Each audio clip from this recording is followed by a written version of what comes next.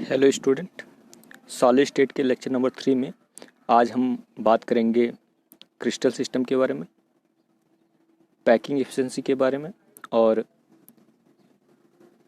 Total volume occupied by the atom in unit cell. तो चलिए start करते हैं। तो सबसे पहले हम बात करेंगे क्रिस्टल सिस्टम के बारे में। क्रिस्टल सिस्टम, क्रिस्टल निकाय के बारे में। तो क्रिस्टल निकाय जानने से पहले हम इंटरफेसियल एक्सिस और इंटरफेसियल एंगल के बारे में जानेंगे। तो इंटरफेसियल एंगल क्या होता है? जैसे कोई यूनिट से ले लीजिए, ये यूनिट से ले लिया, ओके। अब इसको एक्स अक्ष मान लें, इसको वाई मान लें और इसको जेड मान लें।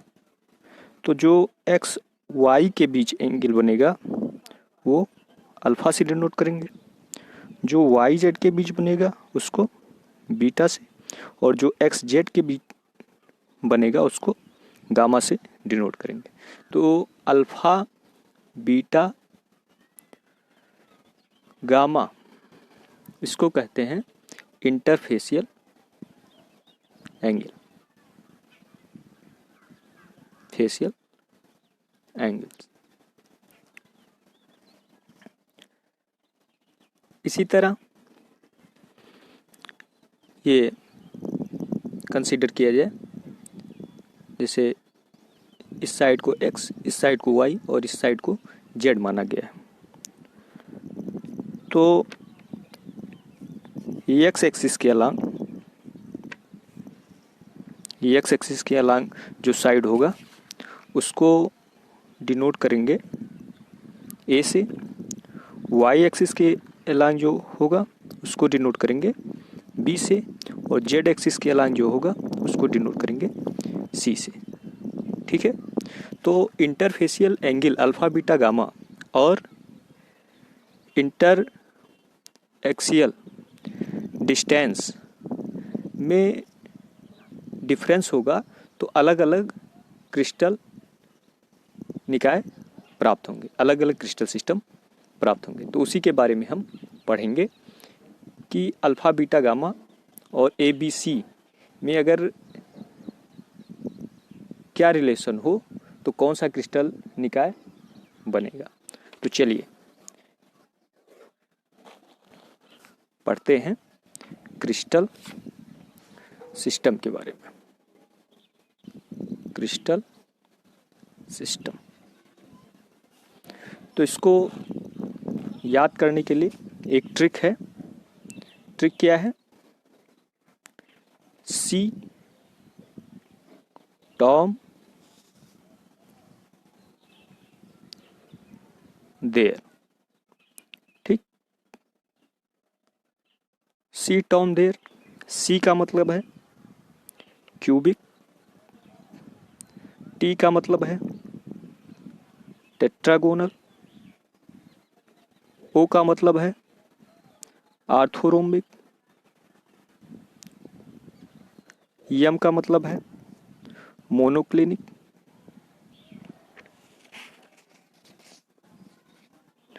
टी का मतलब है, यहां पे लिख देते हैं ट्राइक्लिनिक, एच ई का मतलब है हेक्सागोनल, और आर ई का मतलब है रोम्बो हेड्रा। तो सी टॉम देयर, इस ट्रिक से हम 7 क्रिस्टल सिस्टम को याद कर सकते हैं। तो चलिए लिख लेते हैं इसको। सी टॉम देयर, सी टॉम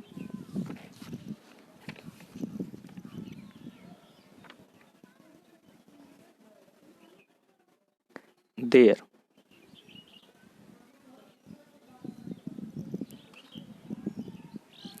सी फॉर क्या होगा, ये क्रिस्टल सिस्टम है।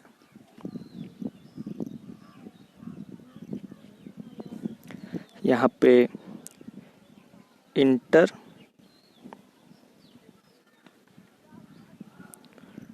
एक्सियल डिस्टेंस या एक्सियल डिस्टेंस बोलें, और ये इंटरफेसियल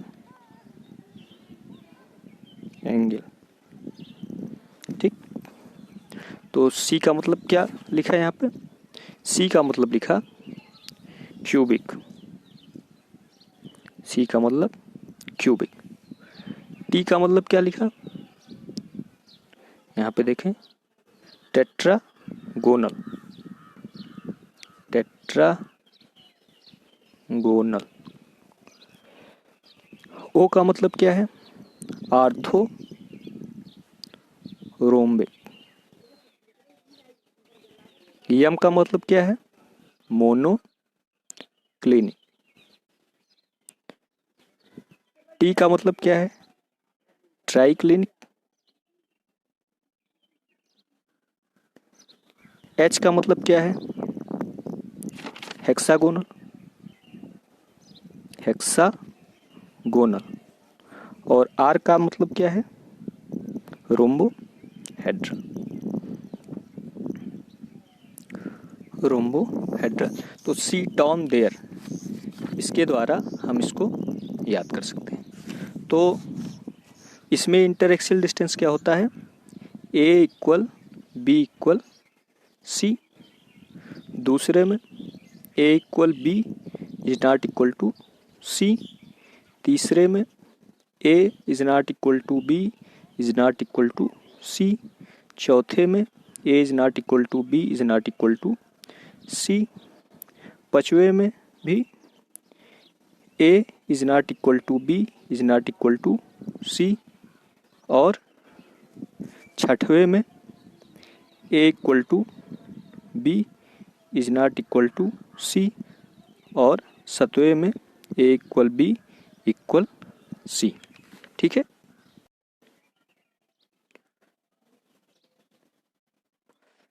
चलिए इसके बाद interfacial angle, alpha equal beta equal gamma equal 90 degree. दूसरे में भी alpha equal beta equal gamma equal 90 degree. तीसरे में alpha equal gamma equal 90 degree, beta is not equal to 90 degree. और चौथे में alpha is not equal to beta it not equal to gamma is not equal to 90 degree. इसके बाद alpha बराबर beta बराबर 90 degree, gamma is not equal to 90 degree. और 1 2 3 4 5, एक minute, alpha बराबर बीटा, हाँ 3 में यहाँ पे रहेगा अल्फा बराबर बीटा बराबर गामा बराबर 90। ठीक, ये इसका हो गया, ये इसका है, ये इसका है। ठीक, इसके बाद आपका आ गया ये लास्ट वाला, अल्फा बराबर बीटा बराबर gamma is not equal to 90 degree. यहाँ पे जो गामा होगा वो 120 डिग्री होगा। ठीक है, तो इस तरह से 7 क्रिस्टल सिस्टम को याद कर सकते हैं। ट्रिक क्या है, see term there, C for cubic, T for tetragonal, O for orthorhombic, M for monoclinic, T for triclinic, H E for hexagonal, R for rhombohedral. यहाँ पे A equal B equal C, A equal B is not equal to C, A is not equal to B is not equal to C, A is not equal to B is not equal to C, A is not equal to b is not equal to c, a equal b is not equal to c, a equal b equal c। ऐसे angle में alpha equal beta equal gamma equal 90 degree, alpha equal beta equal gamma equal 90 degree, alpha beta gamma ये तीनों equal और 90 degree के बराबर, ये 3 बार alpha beta gamma 90 के बराबर होगा। ठीक है, इसके बाद alpha equal gamma equal 90, beta is not equal to 90, alpha is not equal to beta is not equal to gamma is not equal to 90 degree, alpha equal beta equal 90 degree, gamma is not equal to 90 degree, और gamma जो होगा यहाँ पे 120 degree होगा। और last वाले में alpha equal beta equal gamma equal gamma is not equal to 90 degree. तो ये 7 क्रिस्टल सिस्टम हो गया, इसको इस ट्रिक के द्वारा याद कर सकते हैं। ठीक है, तो चलिए आगे बढ़ते हैं। आगे हम बात करेंगे पैकिंग फ्रैक्शन के बारे में। पैकिंग फ्रैक्शन, पैकिंग फ्रैक्शन या हिंदी में इसको कहते हैं संकुलन दक्षता। ठीक है, पैकिंग फ्रैक्शन या संकुलन दक्षता। तो पैकिंग फ्रैक्शन या संकुलन दक्षता से क्या पता चलता है? पैकिंग फ्रैक्शन या संकुलन दक्षता से पता चलता है कि कितना क्लोजली पैकिंग हुआ है एटम का यूनिट सेल। ठीक है, यूनिट सेल में या क्रिस्टल सिस्टम में कहें तो इसके लिए फार्मूला है packing fraction. Packing fraction equal है टोटल वॉल्यूम ऑफ एटम, यानी total volume occupied by the atom in unit cell upon total volume of cube. ठीक है, तो अलग अलग यूनिट सेल के लिए अलग अलग पैकिंग फ्रैक्शन आएगा। तो चलिए बात करते हैं सबसे पहले सिंपल क्यूबिक के लिए। सिंपल क्यूबिक के लिए पैकिंग फ्रैक्शन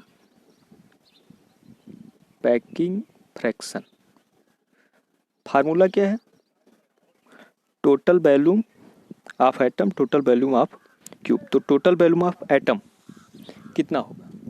तो आप जानते हैं कि एटम कितना था सिंपल क्यूब पर यूनिट सेल एक एटम था। ठीक है, पर यूनिट सेल कितना एटम था? एक एटम था। तो इसका वॉल्यूम कितना होगा? अगर रेडियस आर है तो टोटल वॉल्यूम ऑफ एटम कितना होगा? 1 into 4/3 pi R cube. Radius R है तो वॉल्यूम क्या होगा? 1 इंटू 4/3 पाई आर क्यूब। और क्यूब का फेस अगर ए है तो वॉल्यूम कितना होगा? A cube.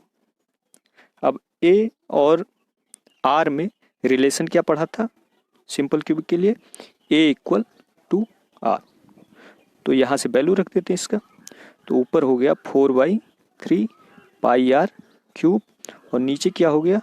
2r का क्यूब। ठीक, तो 4/3 पाई आर क्यूब अपान इसका क्यूब करेंगे तो 2 2 जा 4 2 जा 8 और आर का आर क्यूब हो जाएगा 4 2 जा 8 और आर क्यूब कैंसिल हो जाएगा और 2 का 3 में मल्टीप्लाई होगा तो पैकिंग फ्रैक्शन आ जाएगा या पैकिंग एफिशिएंसी भी कह सकते हैं π/6। तो सिंपल क्यूबिक के लिए पैकिंग फ्रैक्शन या पैकिंग एफिशिएंसी भी इसको बोलते हैं। ये कितना आ गया? π/6। ओके, अगला बीसीसी के लिए। बीसीसी के लिए पैकिंग फ्रैक्शन निकालते हैं। पैकिंग फ्रैक्शन हिंदी में इसको बोलते हैं संकुलन दक्षता। ठीक है, तो फार्मूला आप जानते हैं total volume of atom upon total volume of cube. तो total volume of atom BCC में कितना एटम था? बीसीसी में 2 एटम था, क्योंकि सिंपल क्यूबिक और बीसीसी में क्या अंतर है? सिर्फ एक एटम बीचों बीच में आता है, इसलिए वहां पे कितना हो जाता है? 1 1 2 हो जाता है। तो 2 इंटू 4/3 पाई आर क्यूब। यहाँ पे 4/3 पाई आर क्यूब क्यों लिया जा रहा है? क्योंकि एटम एक स्फीयर माना गया था और स्फीयर का जो वॉल्यूम होगा वो 4/3 पाई आर क्यूब होगा। रेडियस यहाँ पे आर लिया गया है, ठीक है। और क्यूब का वॉल्यूम ए क्यूब ही होगा, जहाँ ए क्या है? Side of cube. अब ए और आर में क्या रिलेशन आया था बीसीसी के लिए, बताएं। इसमें रिलेशन पहले बताया जा चुका है। ए इक्वल 4/√3 आर आया था, यहाँ पे वही वैल्यू रख देना है। तो 2 4 जा 8/3 पाई आर क्यूब। ए का वैल्यू रख दें 4/√3 का क्यूब और R cube. R cube cancel हो गया, ठीक। 8/3 पाई और नीचे 4 × 4 × 4 और √3 का मल्टीप्लाई होगा 3 आएगा और एक √3 बचेगा, उसको √3 यहाँ पे लिख लेते हैं, ठीक है। तो कितना आएगा यहाँ पे?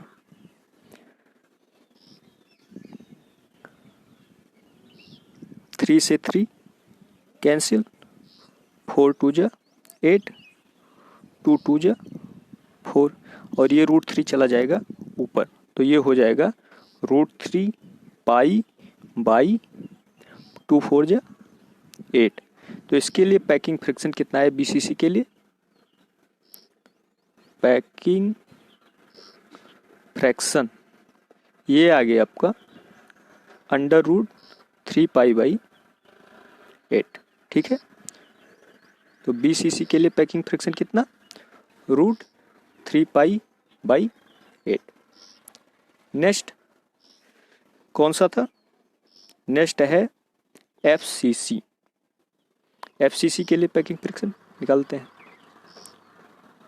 पैकिंग फ्रैक्शन, तो एफसीसी में कितने एटम होते थे? 8 तो कोने पे होते थे, कॉर्नर पे उसका 1/8 पार्ट यानी एक एटम, और 6 फेस पे होते थे, और जो फेस पे होते थे उसका 1/2 पार्ट। तो 1/2 पार्ट अगर 6 एटम का लेंगे तो 3 एटम, तो 3 1 कितना हो गया? 4 एटम। तो 4 एटम और एक एटम का वॉल्यूम जो होगा वो 4/3 पाई आर क्यूब होगा, ठीक। पाई आर क्यूब होगा अपान वॉल्यूम ऑफ क्यूब, ये हो जाएगा ए क्यूब। रिलेशन क्या पढ़ा था इसमें ए और आर में? ए इक्वल पढ़ा था 4r/√2 या r इक्वल a/2√2, ठीक है। दोनों एक ही चीज है। ए इक्वल 4r/√2 का वैल्यू यहाँ पे रख देते हैं। तो 4 × 4/3 पाई आर क्यूब अपान, इसका वैल्यू रखेंगे तो 4r/√2 का क्यूब, ठीक। तो 4 × 4/3 पाई आर क्यूब, और ये कितना हो जाएगा? 4 का क्यूब 4 × 4 × 4, आर का क्यूब आर क्यूब, और √2 का क्यूब होगा √2 2 हो जाएगा इंटू √2, ठीक। आर क्यूब कैंसिल, 4 4 कैंसिल, ये 4 इस 4 से कैंसिल हो गया, ठीक। ऊपर क्या बचा? ऊपर क्या बचा? ऊपर बचा है पाई/3 और नीचे क्या बचा है? 4/2√2। तो इसको यहाँ पे लिख लेते हैं, ये इक्वल हो जाएगा, ऊपर कितना है? पाई/3 अपान 4/2√2, ठीक है।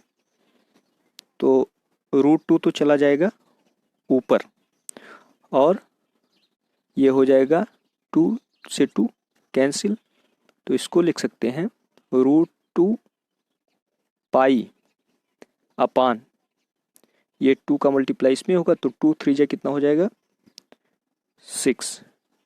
तो FCC के लिए जो पैकिंग फ्रिक्शन या पैकिंग एफिशिएंसी आएगा वो आएगा पैकिंग फ्रैक्शन कितना √2 π/6। ठीक है, कितना आएगा √2 π/6। तो हमने अलग अलग यूनिट सेल में पैकिंग फ्रिक्शन को देखा। सिंपल क्यूबिक के लिए π/6 आया, BCC के लिए √3 π/8 आया और FCC के लिए कितना आया √2 π/6। ठीक है, ओके, इतना क्लियर है। चलिए आगे हम पढ़ेंगे क्रिस्टल डेंसिटी के बारे में। ठीक है, क्रिस्टल डेंसिटी के बारे में। तो डेंसिटी इक्वल क्या होता है? क्रिस्टल डेंसिटी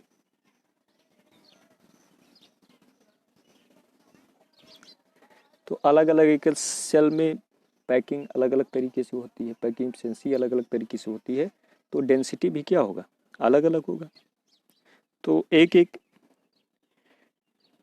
एक सेल में क्या होगा डेंसिटी, वो हम इस फार्मूले से निकालेंगे।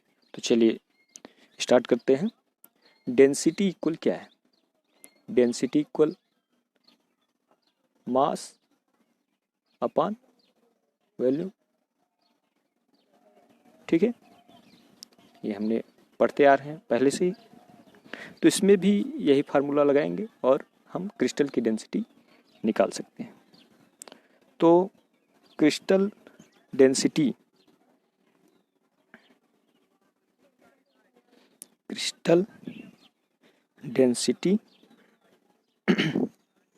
इक्वल टोटल मास क्या होगा। इसे एक यूनिट सेल के लिए निकालेंगे और उस यूनिट सेल का वॉल्यूम क्या है।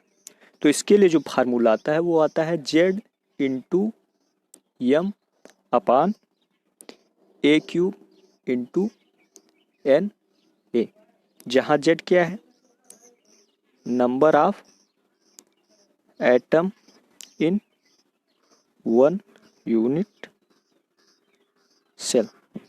ठीक, M क्या है एटॉमिक मास, जो सैंपल दिया गया है उसका एटॉमिक मास या मॉलिक्यूलर मास, मतलब जो फार्मूले से निकाला जाएगा वो मास यहाँ पे लिया जाएगा। जैसे कार्बन है, ग्रेफाइट है, कार्बन का प्ररूप है तो इसका कितना लेंगे, इसका लेंगे 12। ठीक है, NaCl है तो इसका मॉलिक्यूलर मास लेंगे, कितना आएगा 58.5। चले A³ क्या है वॉल्यूम ऑफ क्यूब यानी यूनिट सेल। Na क्या है, Na है अवगाद्रो नंबर, वैल्यू इसका कितना होता है 6.023 × 10⁻23। अब ये फार्मूला ऐसे क्यों आया? क्रिस्टल डेंसिटी का जो फार्मूला आया है Z × M अपान A³ × Na, ऐसा क्यों आया? तो A³ क्या दिखा रहा है, वॉल्यूम दिखा रहा है एक यूनिट सेल का। ठीक है, तो वॉल्यूम नीचे था, ये तो वॉल्यूम हो गया, यूनिट सेल का वॉल्यूम ही लिया जाएगा यहाँ पे। Z × M अपान Na कैसे है? तो जो M है ये क्या है मोलर मास है। ठीक है, तो एक मोल का कितना मास होगा ये बताएगा M, या मोलर मास इसको कहेंगे। ठीक है। और एक मोल में कितने पार्टिकल होते हैं? Na पार्टिकल होते हैं। Na मतलब 6.023 इंटू 10⁻23 पार्टिकल होते हैं। ठीक है, तो 6.023 इंटू 10⁻23 पार्टिकल का जो मास होगा वो कितना होगा? m के बराबर होगा। इसी को कहते हैं मोलर मास। ठीक है, तो ये पार्टिकल, अब ये मॉलिक्यूल भी हो सकता है, एटम भी हो सकता है। तो अगर 6.023 इंटू 10⁻23 पार्टिकल का मास m है, या इस नंबर को Na से डिनोट करते हैं, ये अगर m है तो एक पार्टिकल का कितना होगा? एक पार्टिकल का होगा m/6.023 इंटू 10⁻23, या इसी को क्या लिख सकते हो? m/Na, क्योंकि Na का वैल्यू ही 6.023 इंटू 10⁻23 है। ठीक है, तो एक पार्टिकल का अगर मास इतना है तो जेड पार्टिकल का मास कितना होगा? जेड पार्टिकल का जो मास होगा वो कितना होगा? Z into m/Na। ठीक है, तो जो भी सैंपल दिया गया है उसमें जो एक यूनिट सेल का मास होगा वो कितना होगा? Z into m/Na। तो टोटल मास ये हो गया, अपान वैल्यूम यानी A³ हो गया। तो मास अपान वैल्यूम से क्रिस्टल डेंसिटी का जो फार्मूला आया वो कितना है? Z into m/A³ into Na। ठीक है, तो इस तरह से क्रिस्टल डेंसिटी का जो फार्मूला आया है Z into m/A³ into Na, जहाँ जेड क्या है? Number of atom in one unit cell, m है एटॉमिक मास और मॉलिक्यूलर मास, A³ है वैल्यूम ऑफ क्यूब, Na है अवोगाद्रो नंबर जिसका वैल्यू होता है 6.023 इंटू 10⁻23। ठीक है, अब यहाँ पे अलग अलग एक एक सेल में A और R में रिलेशन बताया गया, अलग अलग यूनिट सेल में नंबर ऑफ एटम बताया गया, जेड का वैल्यू वहाँ से रख सकते हैं। फार्मूला आपको दिया रहेगा, मतलब किस पदार्थ का है, कि NaCl का है, ग्रेफाइट है, हीरा है, किसका है, ये आपको क्वेश्चन में दिया रहेगा। आगे इस पर बेस जो न्यूमेरिकल वो कराया जाएगा, तो वहाँ से चीज़ें और ज़्यादा क्लियर होंगी। तो आज के लेक्चर में बस इतना ही, मिलते हैं नेक्स्ट वीडियो में। अपना ख्याल रखिए। Thanks for watching.